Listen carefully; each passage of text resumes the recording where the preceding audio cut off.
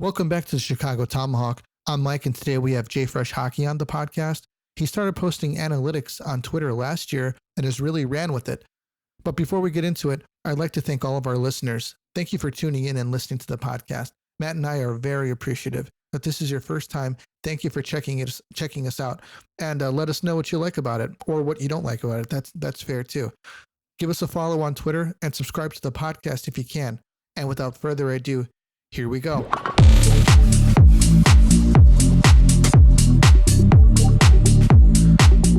All right, we've got JFresh on the podcast. How you doing, Jack? I'm doing pretty well. How about you? Good. It's me, Mike, and Matt. We're the regulars on here, two hosts for the Tomahawk. And we're going to get right into the interview, man. How did you get started in analytics? Well, it was something that I had found interesting previously, but kind of had just dipped my feet into. Didn't fully understand all the stats that were going on. I think like a lot of hardcore hockey fans, I was a little overwhelmed by all the different stats out there and all the different providers and everything. So, just in order to teach myself how to use, some software for professional purposes, like learning how to use like Excel and R and all this stuff. I figured what better way to learn how to use them than to use hockey data. In the process, I ended up building some visualizations that were just supposed to be for my own use. I thought that they were pretty useful for when, my favorite team, the Penguins, were rumored to acquire a player. So I'd want to have all their stuff in front of me.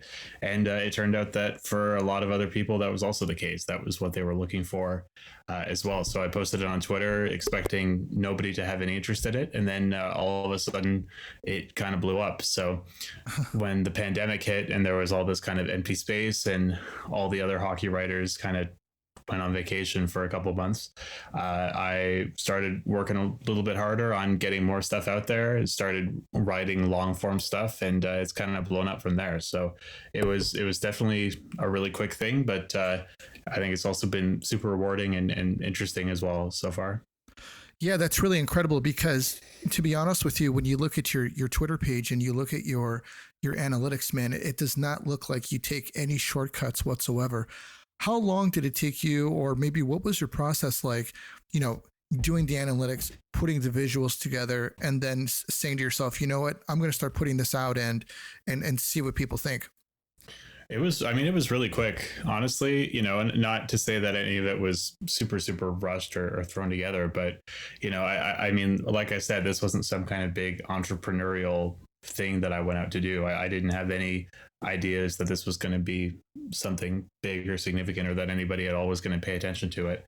I put a certain layer of polish and effort into it because, I have a bit of a graphic design background, and it was something that I thought was important and that I enjoyed putting together. So I guess that was something that helped it along, but it really was kind of a quite quick turnaround from when I kind of got my hands on that data, started visualizing it and putting it out there. And it all went super quick. And like you said, there's been a pretty big degree of development that it's gone through over the past year and a half since that point happened. But it's kind of been more of a building on kind of thing rather than starting something from scratch every so often.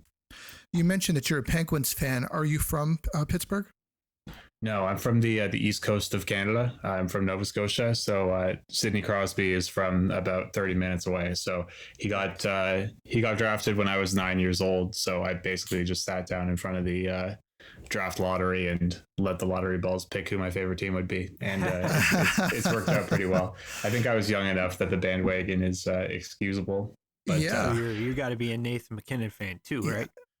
Yeah, well, I was McKinnon's age in Halifax when he got drafted, which, I have a little bit of resentment there because he basically lived the dream of, winning the Memorial Cup with the Mooseheads and then getting drafted first overall and then becoming best friends with Sidney Crosby. That was what was supposed to happen to me when I was, yeah. So I was an Avalanche fan back before Sidney Crosby got drafted, and so I am happy to cheer for the Avalanche, and hopefully, McKinnon gets some success there. I prefer not to see Sidney Crosby end up there like everybody's saying he's going to when the contract's over. He's always gonna go try to win a cup with McKinnon or whatever. I'd prefer the other way around. I'd like for McKinnon to demand to move to Pittsburgh, but I feel like that's not too likely.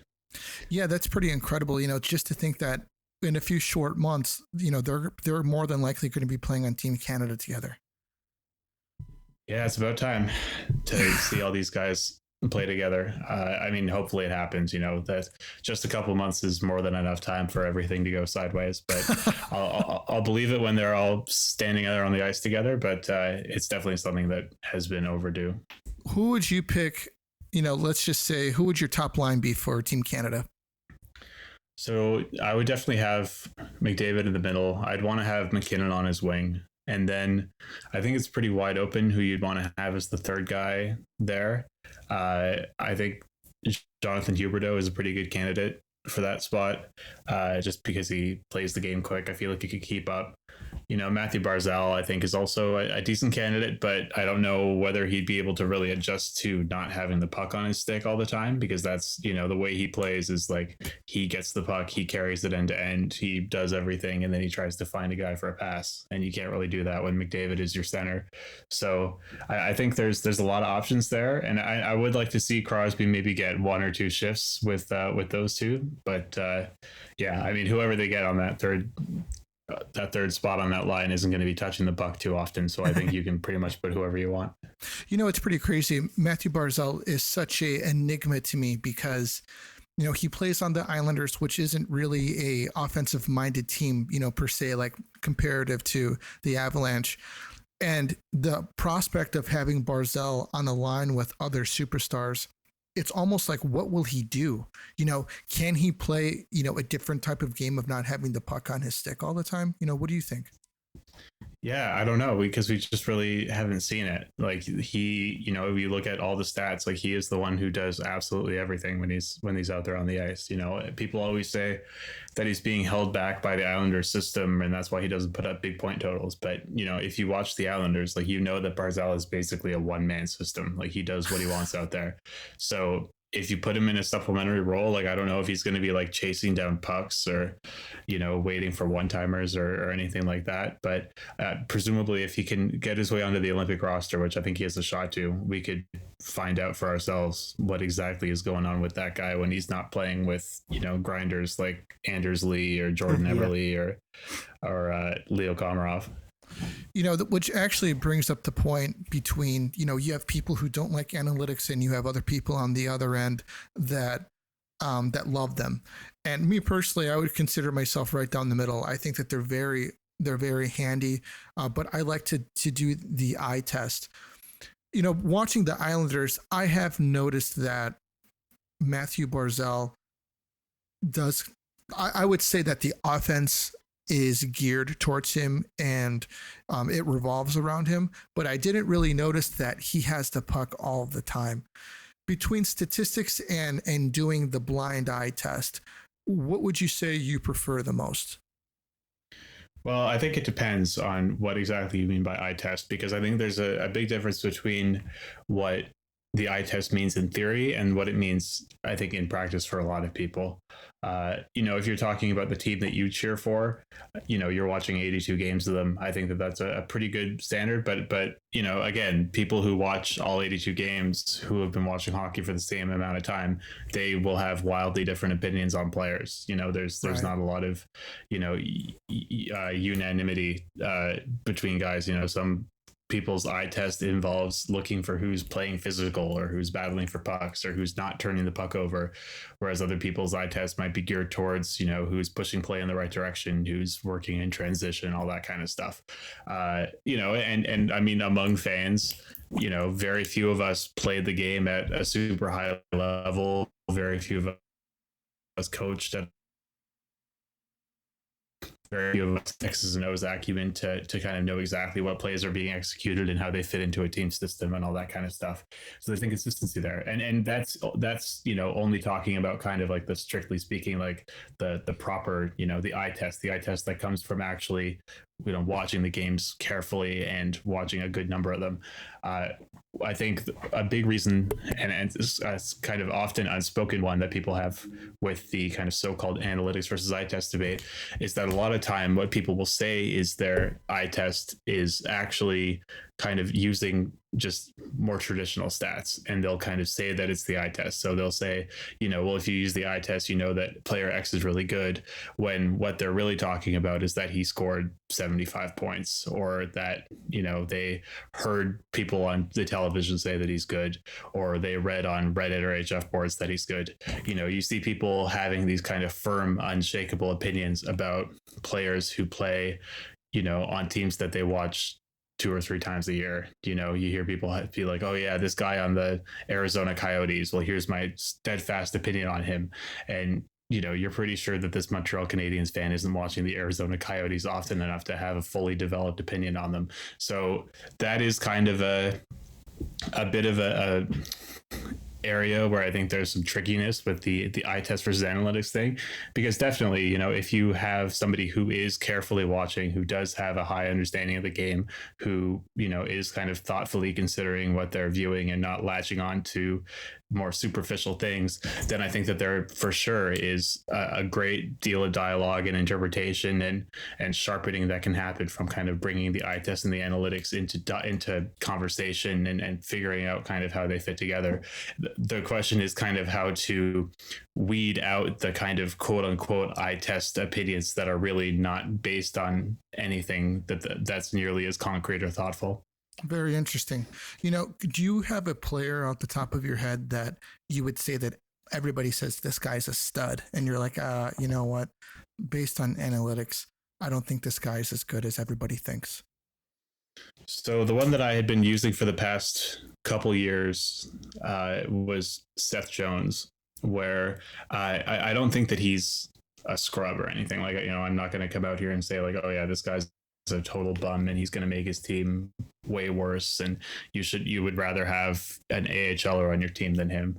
But I think if you look at the stats from the past couple seasons, you do kind of see that he's a player who maybe brings a lot in terms of what you would call kind of an eye test interpretation, in that he's out there, he's doing a lot of stuff. I've watched dozens of this guy's games in the past couple of years because he's a guy who I've written about a whole lot. And he, I have absolutely no, I understand completely why people look at him and say that guy's an elite defenseman, because he's out there and he does everything. Like he's skating around the defensive zone, he's battling guys through the puck, he's got his stick in the lane, he's doing a lot that's right. He's carrying the puck end to end quite a bit, which I think really catches the eye. And because he's a bigger guy, the fact that he can kind of skate in that way is really eye catching. I totally understand where Seth Jones gets his reputation from. I just think that there are weaknesses in his game that are maybe less perceptible because they're not something that would really pick up when you're watching, that I think cause his results when he's on the ice to not be nearly as good as you would expect based on his reputation.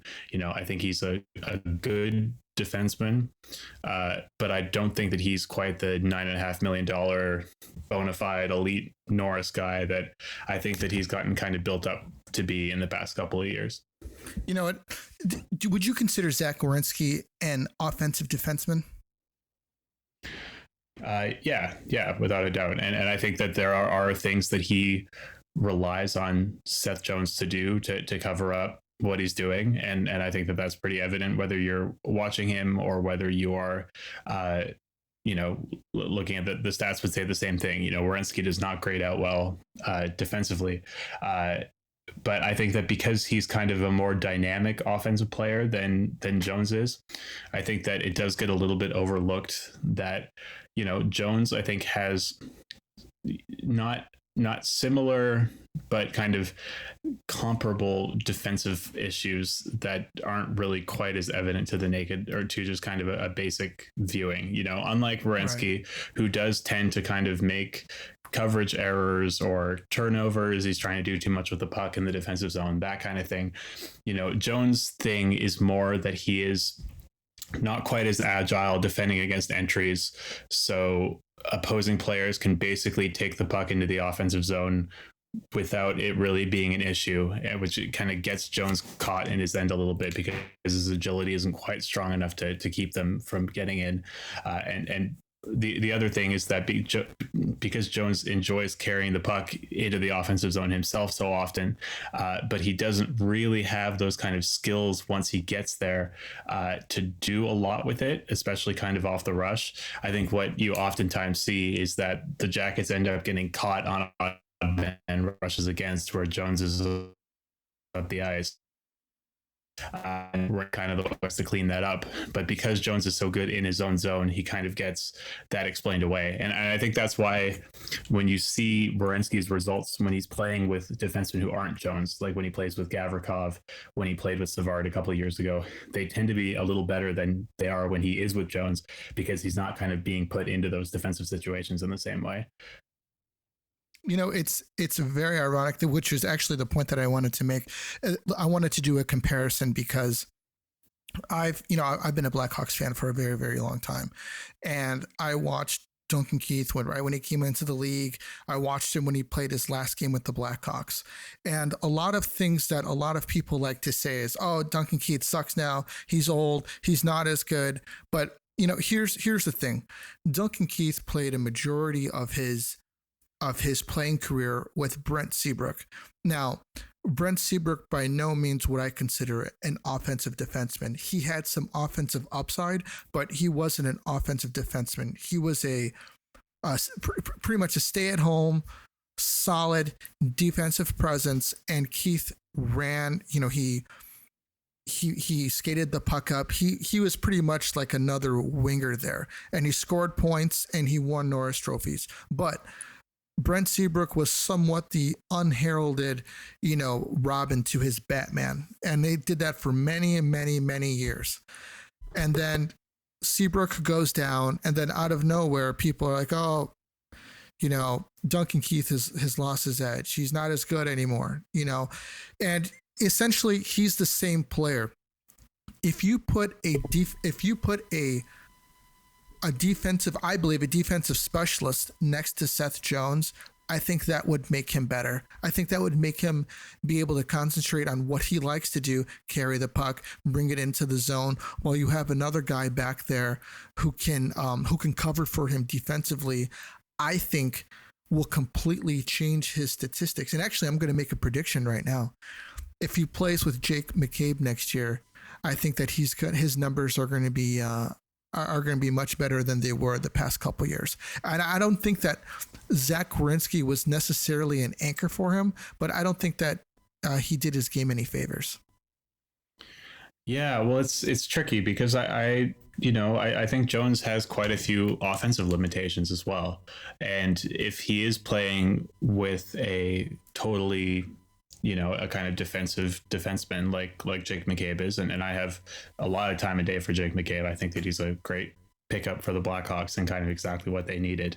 The thing with Jones and Werenski is that, I don't think that Jones really had the offensive upside that Werenski had or that Duncan Keith had in his prime, or even, I think that there's definitely some disagreements that we could have about how Duncan Keith's game has developed. And I think that those could be interesting conversations, but, Jones as an offensive player, he is quite a bit limited in a way that I don't think Duncan Keith was, and in a way that I don't think will necessarily be totally snuffed out by playing with a defensive specialist. And I think that we saw that, he didn't only play with Werenski when he was in Columbus. He played time with those left-handed guys on there, and maybe they weren't as good as Jake McCabe, but I think Werenski benefited Jones more than he hurt Jones in I think quite a few ways. Jones was always better when he was playing with Werenski in a way that Werenski wasn't necessarily always better when he played with Jones. So again, the thing is, like, there is plenty of room, like I said, for interpretation on stuff like this, and you may well be right. There might be a systemic shift that works really well for Jones. He might get the leash let off a little bit more than he had in Columbus. Maybe he'll get more aggressive attacking the blue line, which he wasn't in Columbus, and all this stuff might be moot, and you might be having a conversation with me next year where you're touting that you were right. I think in a couple cases there have been excuses made for Jones that I don't think hold up to the stats that we have, or the kind of more thorough X's and O's analysis that guys like Jack Hahn and to a lesser extent myself have done on him. So there's a lot that remains to be seen, but I think in terms of what we saw from him in Columbus, I do think that those weaknesses in his game were present, and I don't think they were necessarily attributable to his partners. It's pretty incredible, like, can it a change of scenery, changing players, playing with Patrick Kane, like, how can that, affect a player? And well, as far as time has gone right now, anybody who plays with Patrick Kane is better. But I'm really interested to see how this all plays out, because there's so many people that are on one side of the aisle and so many other people that are on the other side of the aisle. I'm really looking forward to seeing how a season or two seasons play out with Seth, to see how it really truly plays out for him. Yeah, because this is, it's kind of a dual thing where on one hand, he is going to a team where he's going to have a lot more freedom offensively than he did in Columbus. He's going to have more talented offensive players to play with. So there might be an element of his offensive game that does get kind of awoken by playing with guys like Kane and Brinkett and Taves and those guys who are certainly more skilled offensively than anyone he's played with since Panarin in Columbus.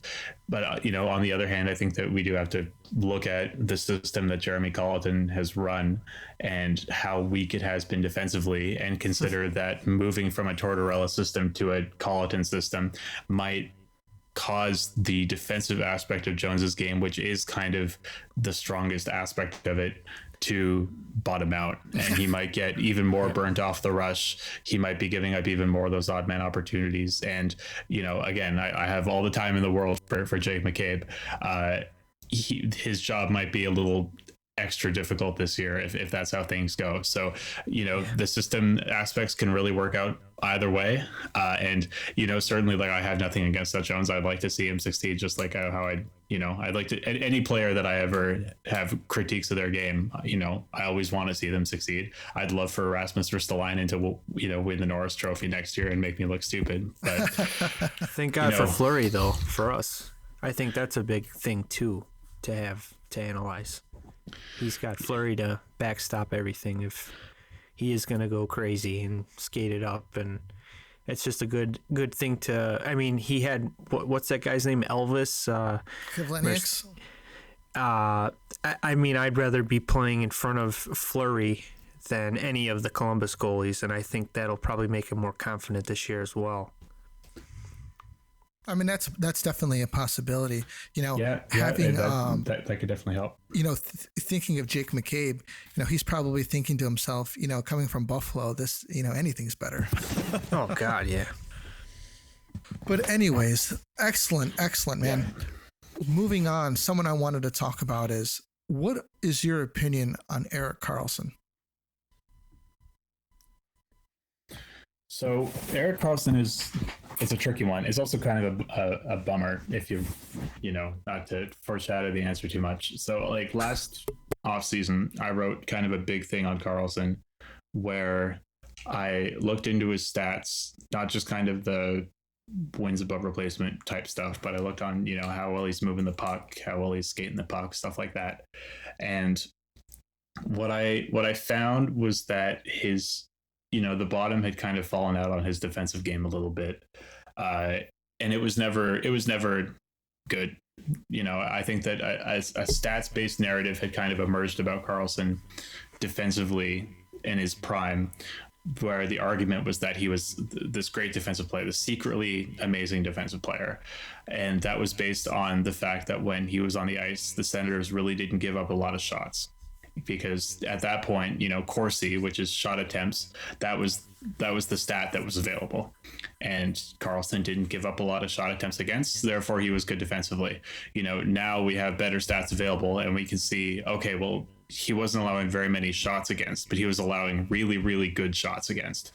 Teams were getting odd man rushes. They were getting breakaways. They were beating him to the outside or the inside. And the goals were actually telling a more accurate story than the shots because of how good the chances he was letting in were. I think that that's only gotten worse in the past couple of years as his agility has gotten worse. He's lost his ability, in a way, kind of like Jones, to really challenge opponents at the blue line. They can beat him, they can catch him up the ice. And I think moving to San Jose, a team that is increasingly without players who can really drive offense on their own, is leading Karlson to make more kind of adventurous decisions that leave him getting caught up ice. One thing that has really taken place in the past couple of years is that he used to be a player who specialized in moving the puck from the back end. How often did we see him making these super long, crisp breakout passes that would start the rush, get the Senators going, and usually end up in a goal? Nowadays, because he isn't as confident in his forwards in San Jose, and he's right not to be because they're not very good anymore. He's doing a lot of the lugging. He's kind of carrying that puck from blue line to blue line, and I think he's struggling really to kind of make things happen once he gets there. And as a result, the turnover comes, he's caught up the ice, and his partner is increasingly having to make up for a lot of that. So, I don't think he's completely done. I've been doing kind of these breakdowns of more detailed stats for a lot of players, and Karlson still looks great in a lot of them. He's still an accurate passer. He's still, doing a lot out there on the ice. It really is just kind of a matter of, in the overall balance of things, how is he coming out? And last year he was getting caved in, he was giving up all kinds of scoring chances, and the offense wasn't coming. If he can maybe turn things around a little bit this season, I think he's still certainly a very talented player and a quite skilled player and a fun player to watch. But I do wonder if those injuries have kind of ruined his ability to be one of those top end defensemen in the league. Yeah, I think that in a lot of circles, he's still considered, or maybe even looked at, as Erik Karlson as a great defender. And I never really looked at him that way. But I never really looked at his analytics other than seeing his stats, and he's continually, a minus in the plus minus. But that doesn't, the plus minus isn't exactly everything.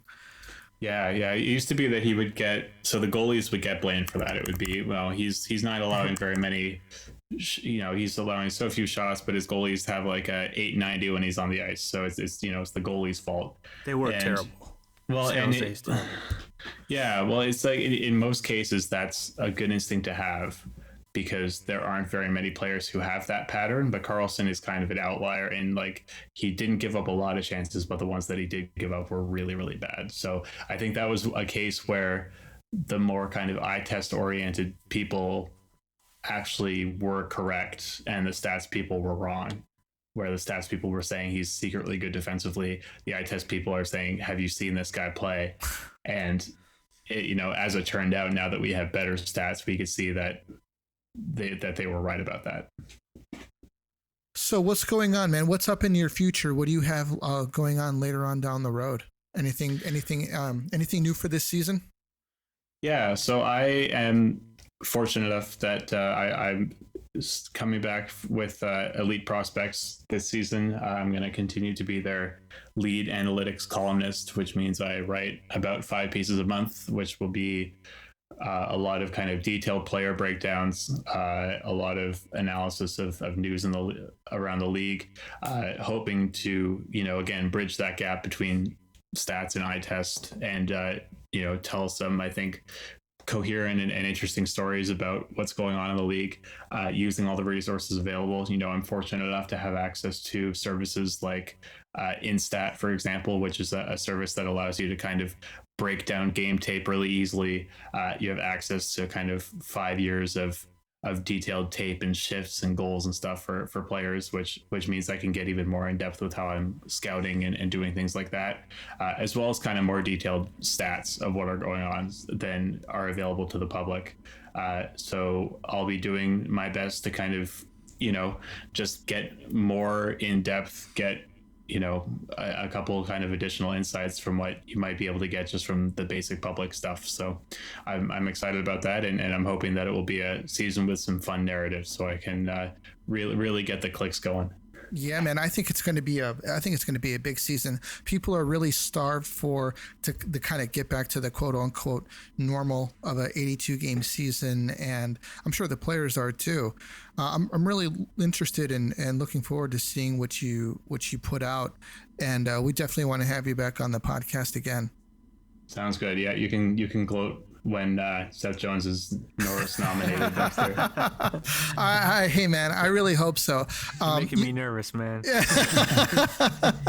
I just I mean I do agree with you. Is he really worth $9.5 million? Maybe not, but getting him was probably the missing piece. We need a new cornerstone of the franchise, and I think that he could be it. Dougie Hamilton got $9 million. So, and I think what did Werenski get? Didn't he get 9.2 or something like that? Same. Yeah, he got 9.5 as well, I think. Okay, and then Nurse also got 9.5. Right, that's the going rate. Right. I was just actually going to mention that. So, the cap is supposed to go up in about, I think, 10 million in 5 years. It's going to go up 1 million every year for the next 4 years, and then on the 5th year, it's going to go up 5 million. So by then, these contracts will probably look like, maybe like a 7 million contract nowadays, and then that's when we'll start getting into maybe like the second half of, and actually we'll be in the middle of his contract and see how it pans out then. But we could have guys making 15 million by that point. Yep. Yeah, well, I mean, if McKinnon's agent knows anything, he will be. So yeah, he's got a lot to make up for. He does. Maybe he won't take one of those. He'll probably jump over to Pittsburgh. Those. There you go. That's the spirit. Well, hey Matt, you got anything else, man? Yeah, I just got a quick little question about Pittsburgh, actually. Yeah. So I believe they played the Islanders in the first round, correct? Of last. Yeah, I had blocked it out, but unfortunately you sent it flooding back. So I've been a goalie guy my whole life. I played goalie as youth hockey and up to high school, and I know Pittsburgh, that was their weakness, and I'm just wondering what you think they should do with that situation they have with I think Jari, and what's the other guy? I don't even know who he is. Smith. He was hurt, so they couldn't put him in, unfortunately. He's actually quite a good backup goalie, and I think might even be ready to grab the starter job if he needs to. Yeah, I was going to say. Yeah, so I mean, like, Jari cost them that series. Like, there's really no getting around it. Like, they would have won that series, I think probably in 5 or 6 games if they had gotten even average goaltending. Like, he, statistically speaking, like, he had the worst playoff series that anyone has had since 2012. When Barzal and Fleury, put together that horrible mess in that Flyers-Penguins series 9 years ago. He cost them that series. There's no doubt about it. They outplayed the Islanders like crazy, and who knows what would have happened if they had managed to get out of it. But the scouting. Sorry to cut you off, but the scouting report on. Was high glove, and the Islanders just exposed the hell out of it. I don't know if they were watching Steven Valiquette's ClearSight analytics. I don't know if you know that, but I got a little bit into that as a goalie, and I just wondering if you've heard of that too, because I know Ronnie Hextall was a goalie. He was a pretty damn good goalie his career. I'm surprised they didn't add one, or even try to get Fleury. That was the rumor too. But I think they're definitely a good goalie away from being dangerous again. But right now, I can't really take them too serious with that guy that costed them the series, like you were saying. Yeah, a lot of people were real optimistic that they were going to make a big move for a goalie. I was kind of skeptical of it just because, like I just didn't think that anybody was going to take Jari after what happened, and I don't think that they could have gone into the season with like a $10 million tandem, if they were going to get Fleury or if they were going to get Darcy Kemper or something like that. Yeah. In the grand scheme of things, Jari's been up and down. He was real bad to start the season. He was better about halfway through, and then obviously he was a nightmare in the playoffs.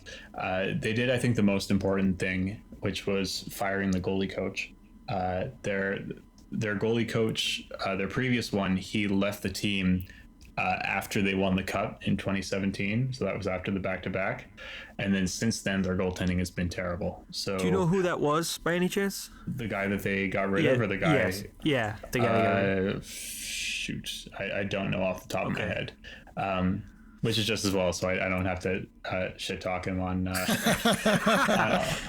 record. But either way, you would know better than me. Like, I am not a goalie guy by any means in terms of the technical aspects of it. There are sources out there like you mentioned, Valaket, where you can get kind of interesting insights. Especially if you're not a goalie. I think that definitely helps kind of bridge the gap a little bit. But so I can't say, oh yeah, this guy's technique of goalie coaching is bad or anything like that. But I think the results do speak for themselves in that it has been a huge problem for the Penguins, and they've had Matt Murray in 2017, he was supposed to be like Canada's starting goalie in these Olympics. Like that guy was like legit. He was like one of the best young goalies in the world. And what has happened since, I think you could theoretically make the case that the goalie coach has something to do with it. It's his responsibility to get the best out of his guys, and the Penguins haven't gotten the best out of their guys. So I think replacing the goalie coach, and it's not ideal to run back with Jari. I don't know how much confidence this team's going to have in him if he's their guy going into the playoffs, but I don't think that they really had that much of a choice, unfortunately, just because of Jari's contract. So I'd say glove all day. It is annoying that always seems to be the issue with Penguins goalies. That was the book on Murray as well, was high glove. So would you rather have Murray or Jari, including contracts, or just in a vacuum? Just today, like if you had a chance to get Murray back, would you rather have him in that, knowing that he did win 2 cups back to back? Do I have to pay him $6 million? That's not bad. Do you really think that's a bad price for a goalie? I think Corey Crawford was making around that. Well, it's not a bad price for Corey Crawford. I don't know if it's a good price for Matt Murray. Yeah, he was real bad in Ottawa last year. He was one of the worst goalies in the league for Pittsburgh in his last year. Like, he has a lot of making up to do. I'd probably, out of those two, I'd probably just take Jari because he's cheaper, and at least maybe you can make something of him with a new goalie coach. But again, you might very well be right that they do have to figure out who a new starting goalie is before they could do anything. But this summer was a real tough market if you were trying to get a goalie. Like, the Avs ended up having to trade like a first and a second to get Kemper because they got left with no one. So they paid Landeskog, not Grubauer. That was surprising to me. Yeah, I was surprised that they ended up paying Landeskog as well. I think that they were it was a real kind of tough situation for them, where everything was kind of going so perfectly according to plan, and then they had to pay out these contracts. So we'll see what happens with them. But the long and the short is that, goaltending is the real wild card in everything, right? Like, that's like the best laid plans go sideways as soon as the goalie gets into the mix, because it's just so unpredictable. So for all we know, Tristan Jari could be a Vezina candidate next year. Who knows? Well, maybe Fleury can make Jones a Norris Trophy candidate. That'd be awesome. There you go. Too. Yeah. There you go. Yeah. We'll see. So, Jack, do you have any shout outs that you want to give? So I guess check out EP Ringside, which is the Elite Prospects site that I write for. You can subscribe to it. You get access to a lot of good stuff from not just me, but also Dmitry Filipovich, Ryan Lambert, Rachel Dory, Mitch Brown, and more. And as well, if you check out my Twitter at JFresh Hockey, you'll see some visualizations on there of stats, trying to make them a little bit more understandable. And if you like them, you can subscribe to my Patreon and get access to them for $5 a month. And that is pretty much it. Awesome, man. Well, hey, I want to reiterate, thank you again for coming on. We're very appreciative. It was a great conversation. Would definitely love to do this with you again sometime. And you take it easy, man. Yeah, you too, guys. Thanks. Enjoy the season. That's all that we got for you tonight, everybody. This is the Tomahawk. We're out of here.